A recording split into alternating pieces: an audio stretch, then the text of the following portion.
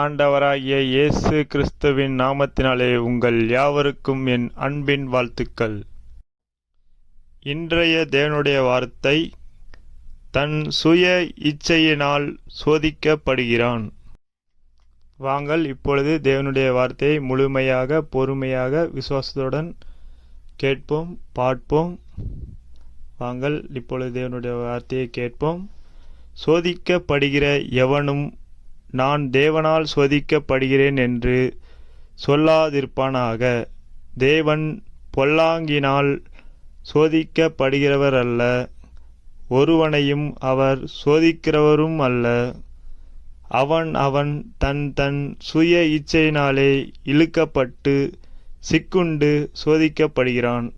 யாக்கோபு 1 அதிகாரம் 13 14